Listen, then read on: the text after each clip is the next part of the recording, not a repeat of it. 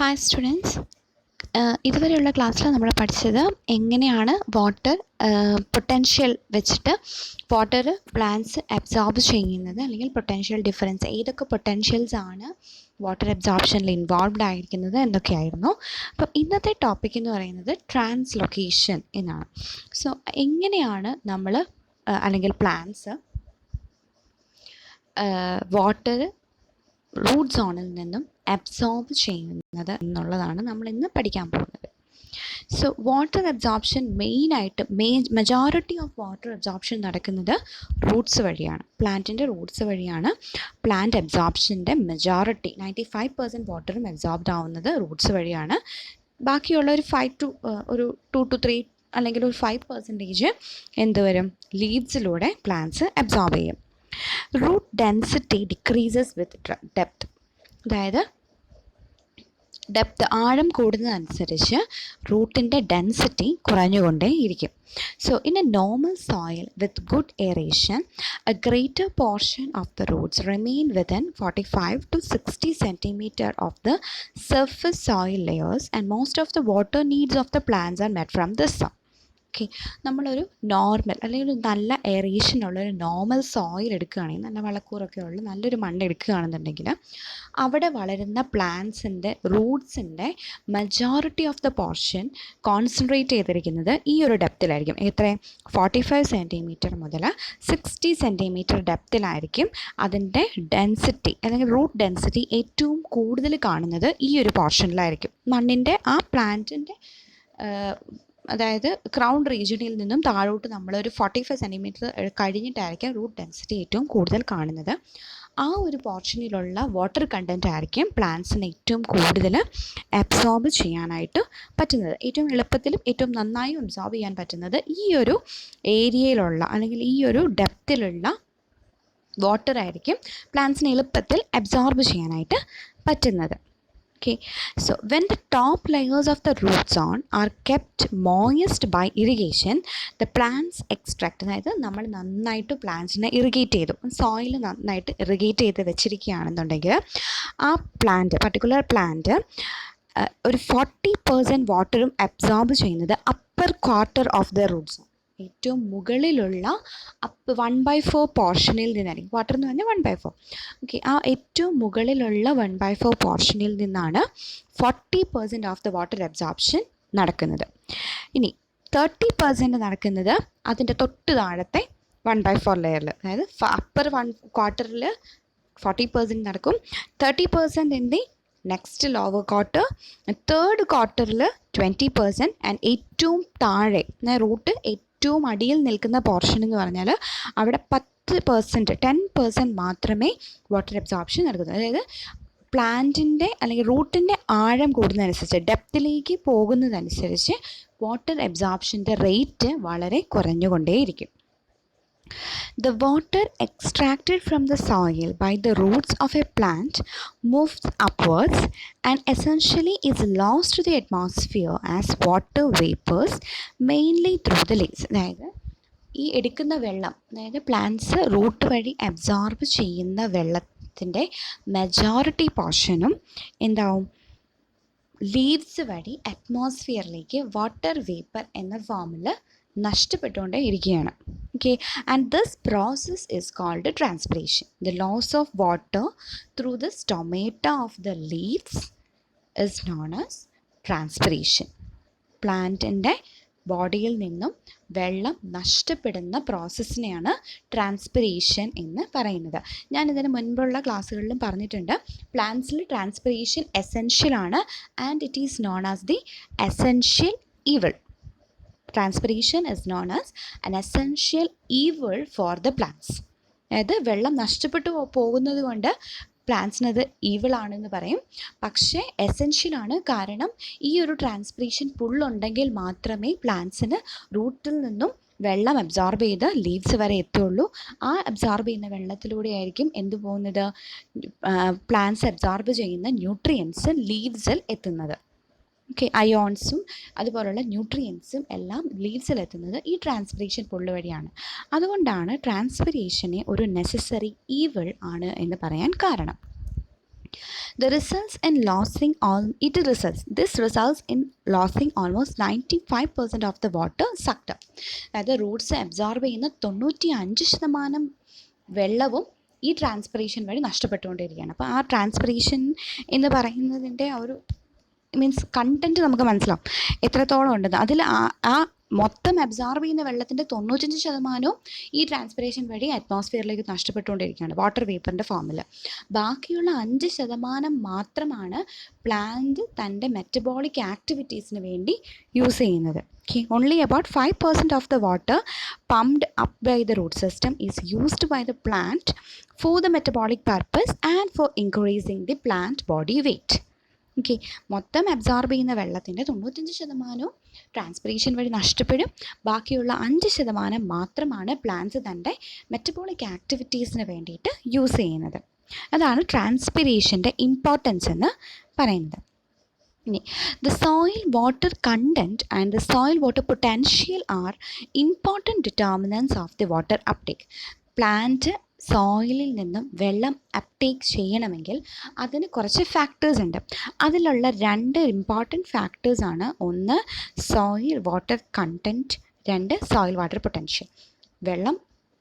മണ്ണിൽ വെള്ളം ഉണ്ടെങ്കിൽ മാത്രമേ പ്ലാന്റ്സിന് വെള്ളം അബ്സോർബ് ചെയ്യാനായിട്ട് പറ്റുള്ളൂ.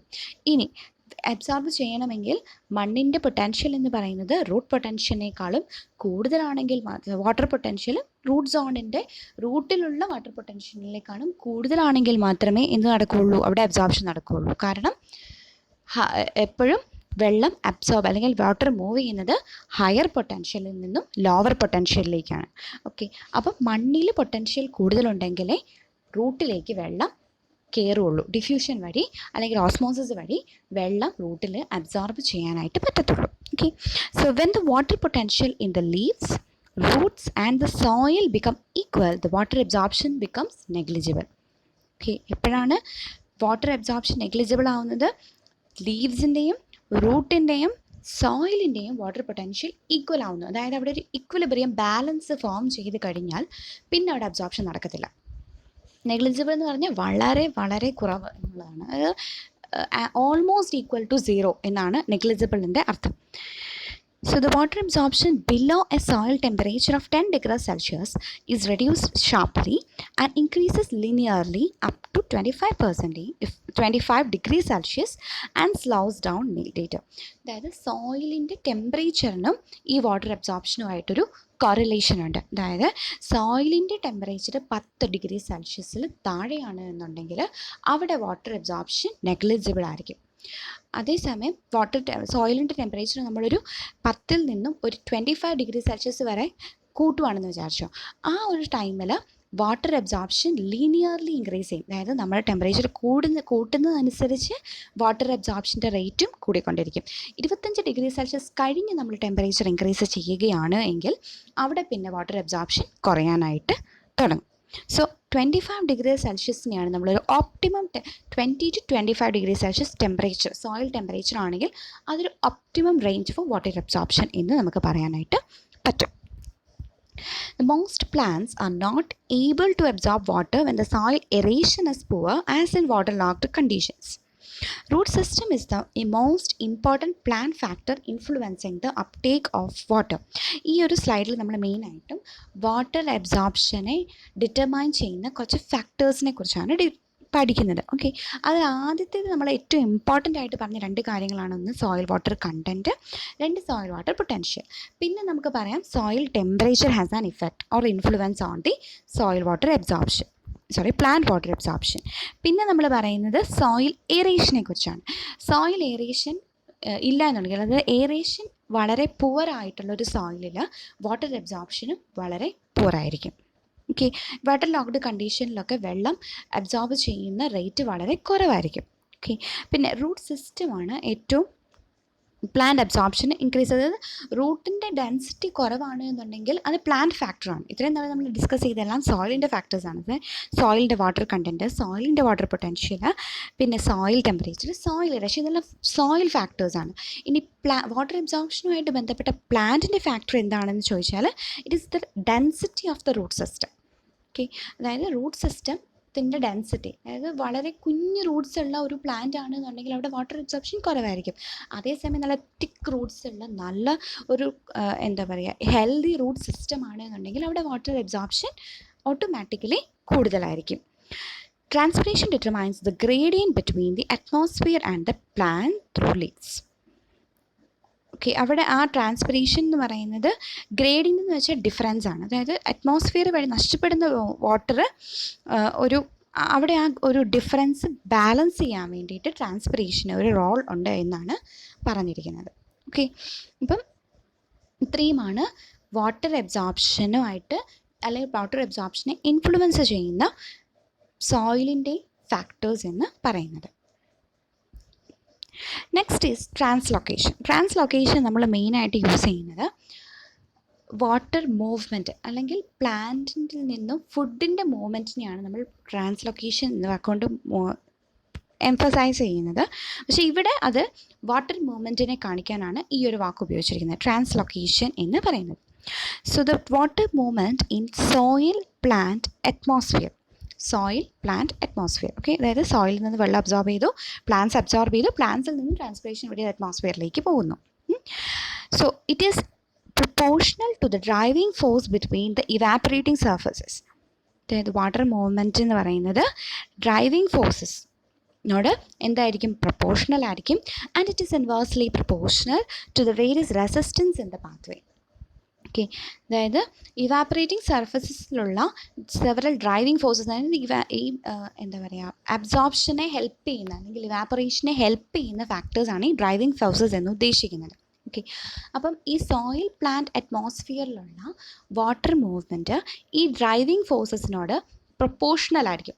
ഓക്കെ, അതായത് ഈ ഡ്രൈവിംഗ് ഫോഴ്സസിൻ്റെ മീൻസ് ഗ്രേഡിയൻ്റ് അല്ലെങ്കിൽ ഒരു ഇമ്പാക്റ്റ് ഇൻക്രീസ് ചെയ്യുന്ന അനുസരിച്ച് വാട്ടർ മൂവ്മെൻറ്റ് കൂടിക്കൊണ്ടിരിക്കും. അതേസമയം ആ വഴിയിൽ എന്തെങ്കിലും റെസിസ്റ്റൻസസ് ഉണ്ടെങ്കിൽ, തടസ്സങ്ങളുണ്ട് എന്നുണ്ടെങ്കിൽ അത് ഇൻവേഴ്സ്ലി പ്രൊപ്പോർഷണലാണ്. അതായത് തടസ്സങ്ങളുടെ ഒരു ഗ്രേഡിയൻറ്റ് കൂടുന്നതനുസരിച്ച് നമ്മുടെ വാട്ടർ മൂവ്മെൻറ്റ് കുറഞ്ഞുകൊണ്ടേയിരിക്കും. Okay, so the water moves from the sides of higher potential to those of low potential. ഞാൻ ആദ്യമേ പറഞ്ഞു, നമ്മുടെ വാട്ടർ എപ്പോഴും മൂവ് ചെയ്യുന്ന അല്ലെങ്കിൽ വാട്ടർ എപ്പോഴും മൂവ് ചെയ്യുന്നത് എപ്പോഴും ഒരു ഹയർ പൊട്ടാൻഷ്യലിൽ നിന്നും ലോവർ പൊട്ടാൻഷ്യലിലേക്ക് ആയിരിക്കും. So the plants can extract water from the soil only when their potential is lower than that in the soil. പ്ലാന്റ്സിന് സോയിലിൽ നിന്നും എന്ത് ചെയ്യാൻ പറ്റും, വെള്ളം അബ്സോർബ് ചെയ്യണമെങ്കിൽ സോയിലിൻ്റെ വാട്ടർ പൊട്ടൻഷ്യൽ റൂട്ടിൻ്റെ വാട്ടർ പൊട്ടൻഷ്യലിനേക്കാളും കൂടുതലായിരിക്കണം. എങ്കിൽ മാത്രമേ സോയിലിൽ നിന്നും റൂട്ടിലേക്ക് വെള്ളം എന്ത് ചെയ്യത്തുള്ളൂ, അബ്സോർബ് ചെയ്യാനായിട്ട് പ്ലാന്റ്സിന് പറ്റത്തുള്ളൂ. ഓക്കെ, അതാണ് water potential has an important role in determining the water movement എന്ന് നമ്മൾ നേരത്തെ പറഞ്ഞത്. This potential difference or the water potential gradient between the evaporating tissues of the plant and the soil water in the root zone increases with the evaporating demand and the liquid flow resistance in the pathway. Okay, അതായത് ആ ഒരു potential gradient ഉണ്ടല്ലോ, അതായത് potential difference ഉണ്ടല്ലോ, അതായത് സോയിലിലുള്ള പൊട്ടൻഷ്യലും റൂട്ടിൻ്റെ പൊട്ടൻഷ്യലും തമ്മിലുള്ള ഒരു difference ഉണ്ടല്ലോ, അതെന്ന് പറയുന്നത് എന്തിനെയൊക്കെ ഡിപ്പെൻഡ് ചെയ്തിരിക്കും, അല്ലെങ്കിൽ എന്തുകൊണ്ട് എങ്ങനെ അത് കൂട്ടാനായിട്ട് പറ്റും? It increases with the evaporating demand. അതായത് വെള്ളത്തിൻ്റെ ഇവാപ്പറേഷൻ്റെ ഡിമാൻഡ് കൂടുന്നതനുസരിച്ച് അത് നമുക്ക് കൂട്ടാനായിട്ട് പറ്റും. അതുപോലെ തന്നെ liquid flow resistance in the pathway. അതായത് സോയിലിൽ നിന്നും റൂട്ടിലേക്ക് നല്ല ഈസി ആയിട്ട് വെള്ളം കയറി പോരുകയാണെന്നുണ്ടെങ്കിൽ ആ ഒരു വാട്ടർ ഗ്രേഡിയൻ്റ് എന്ന് പറയുന്നത് കൂടുതലായിരിക്കും. എങ്കിൽ മാത്രമേ എത്രയും മീൻസ് പ്ലാന്റ്സിന് പെട്ടെന്ന് റൂട്ടിലേക്ക് വാട്ടർ അബ്സോർബ് ചെയ്യാനായിട്ട് പറ്റത്തുള്ളൂ. So this rate of water movement is expressed in terms of flux. Flux എന്ന് പറയുന്ന ഒരു റിലേറ്റീവ് ടേം വെച്ചിട്ടാണ് നമ്മൾ ഈ വാട്ടർ മൂവ്മെൻറ്റിൻ്റെ റേറ്റിനെ പറയുന്നത്. So the rate of water movement called flux between any two point is described by the relationship that is flux is equal to psi1 minus psi2 divided by sigma R.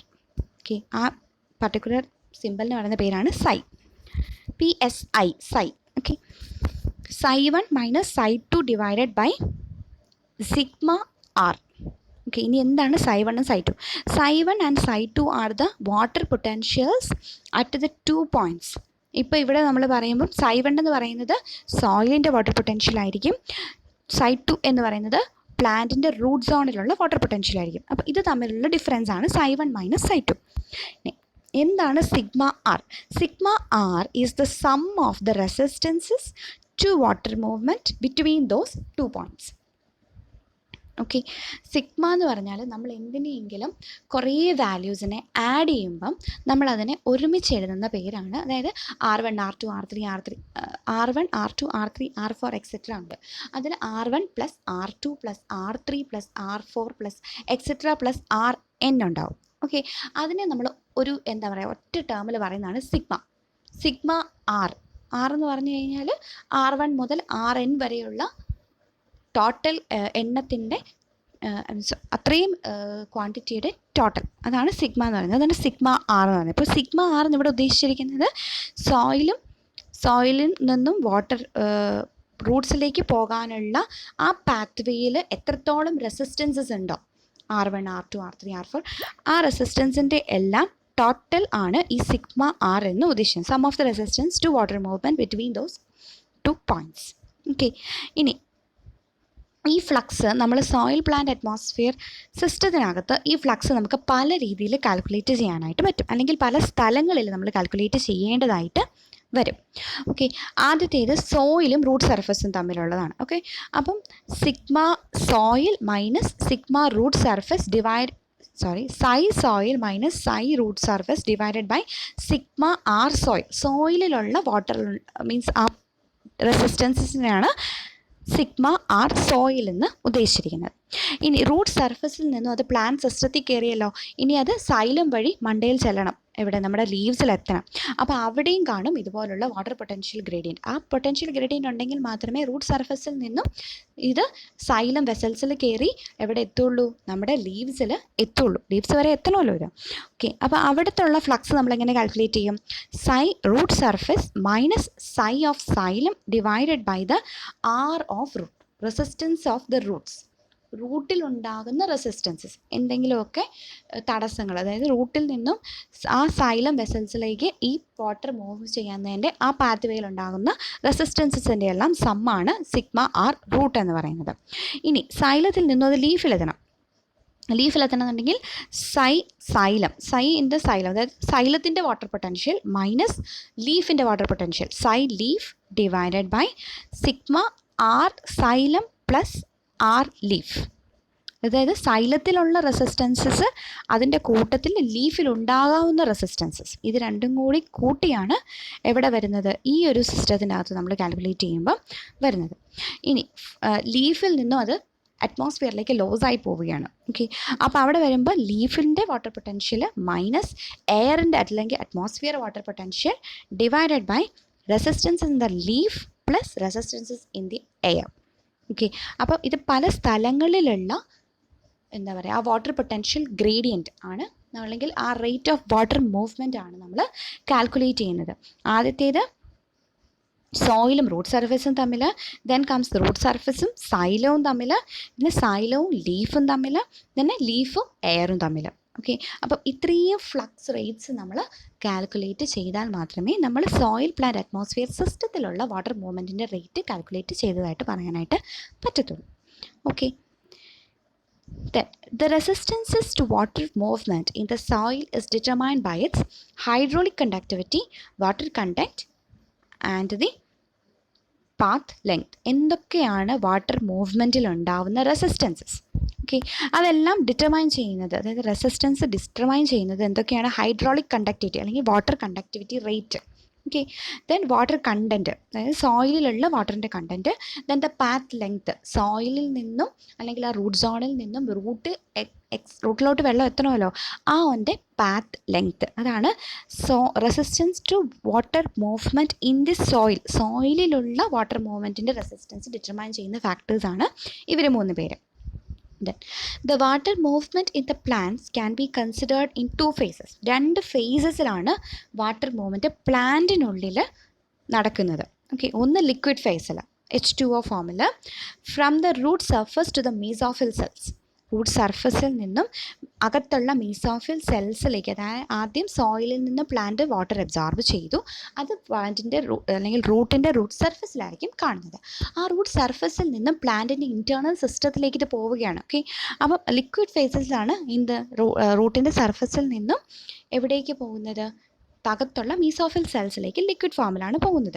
ഇനി ഈ mesophyll സെൽസിൽ നിന്നും നമ്മുടെ ലീവ്സിലെത്തി stomatal പോസിലേക്ക് transfer ആവുന്നത് എന്ത് ഫോമിലാണ്? Vapour ഫോമിലാണ്. അതായത് വാട്ടർ വേപ്പർ ഫോമിലാണ് ലീഫിലുള്ള മീസോഫിൽ സെൽസിൽ നിന്നും സ്റ്റൊമാറ്റൽ പോസിലേക്ക് ഇത് മൂവ് ചെയ്യുന്നത്. ഓക്കെ, സോ പ്ലാന്റിൻ്റെ ഉള്ളിൽ വാട്ടർ മൂവ്മെൻറ്റ് രണ്ട് ഫേസസിലുണ്ട്.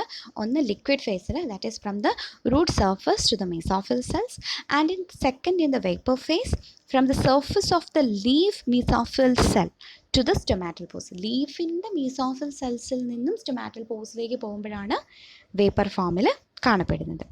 The overall resistance to flow is relatively low in the liquid phase, where the movement is largely in the vascular system.